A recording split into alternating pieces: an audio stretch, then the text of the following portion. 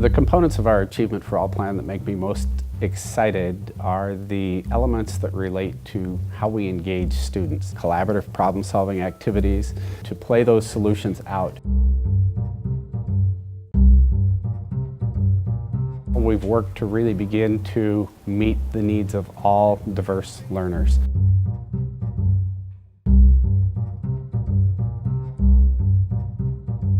When we created the 21st century model of change, we talked largely about what students should gain from elementary, middle school, high school education, and how that helps them transition into the world of work or post-secondary education. Collaboration, communication, again, the global emphasis. And programs like the International Baccalaureate program help develop those skills and attributes in our students.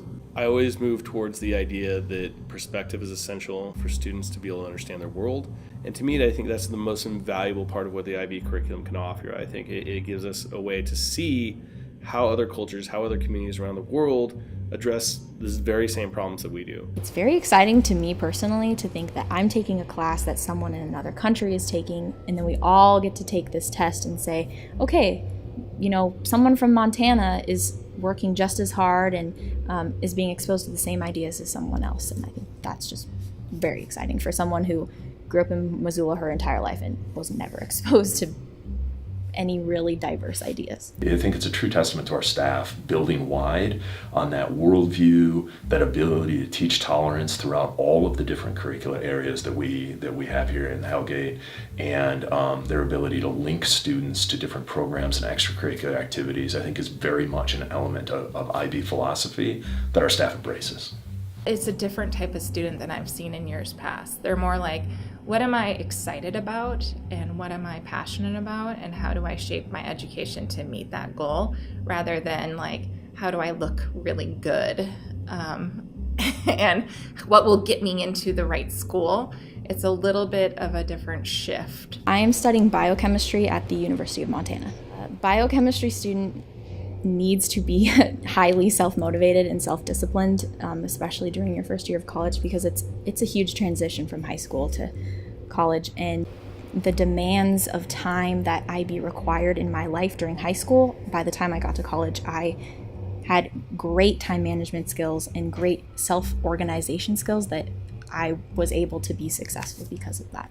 My work ethic and my discipline and my time management skills have improved pretty drastically, actually. There's a big reflection component in the program, in the IB program. I think that's an immensely helpful part, that you sort of reflect on your own work and reflect on even how the assignments can be improved or how the teacher can improve themselves.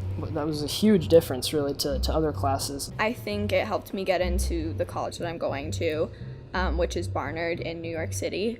And then I also think it just helped me become much more involved in my own education. It's more project-based than like my AP class was, and that involved a lot of kind of introspection and deciding like how I wanted to be spending my time and what was the best way for me to be learning these things. The thing that makes IB classes different is the fact that the students all sign up to be in the class, and so you're with a group of students who are equally motivated to be in that class, and they want to participate in discussions and they want to learn, and so it makes the whole classroom environment a lot more inviting, and classes are more exciting because people actually want to be there and make the most out of their time.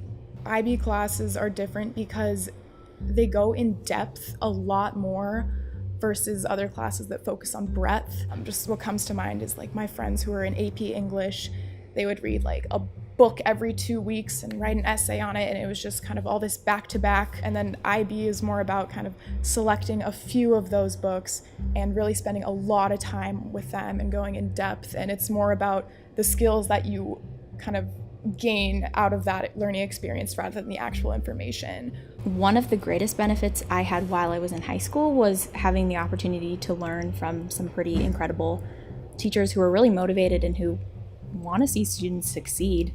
And I think also a lot of the teachers weren't afraid to challenge student learning and expose us to new ideas and new concepts. Students really wrestle with answers that may not be the final answer, but just a step in multiple steps towards some type of conclusion, and there's something liberating about that. I think that students feel like they're not being just told the way it is, but they're getting to explore the way it is and then challenge that way.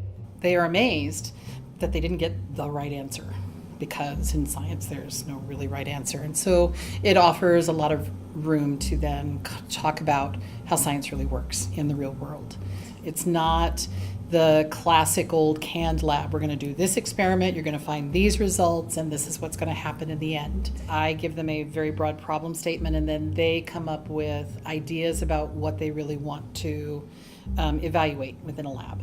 And then they go do real science. You don't have as many students that just want that A, that just want those points. Students aren't satisfied with that. They need to be pushed, and they want to come away from a class with a new set of skills. Ça va être chaste.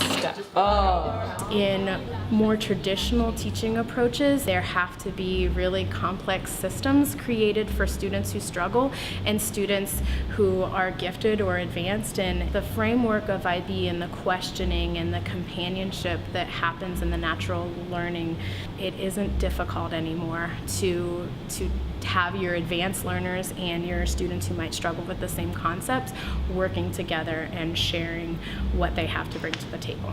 Dialogue-based or socially constructed learning that is a pedagogical structure of IB, I think is something that I really appreciate and is allowed me to understand the value of community as a way for not students to learn from teachers, but from students to learn from students.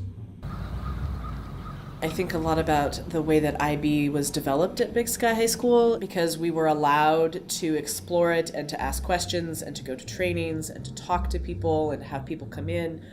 You know, that was really indicative to me of exactly what actually an IB World School is. We can approach things to students, not here's what you need to know and here's the decision you need to make, but here's some opportunities. What questions do you have? Let's start to explore this together. These guys right here, larval mayfly, dragonflies, caddisflies, are the most sensitive macroinvertebrates that are in the river. My teaching style has changed. I gave myself permission to be honest with the kids that this course is a challenge to me as well as you. And if we're shoulder to shoulder in this experience, it'll probably be a lot better for everyone in this room.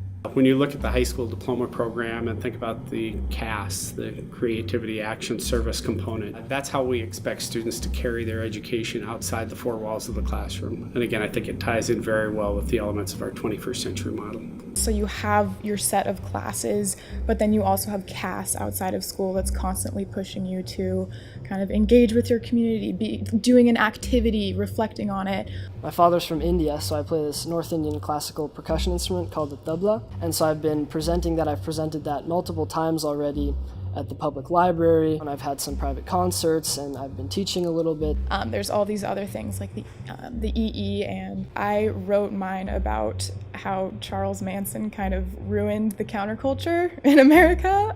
It was kind of an unconventional essay, I guess, but it was really interesting to me, so I'm glad I did it. To come out at the end of the 2 years and they can look back at their achievement, the self-efficacy, if you like, of what they've done is powerful for them, and I believe it gives them the confidence to try a third level institution after high school. You know, if it was easy, everybody would do it, but again, I think the satisfaction you'd feel at the completion of the endeavor would be worth it.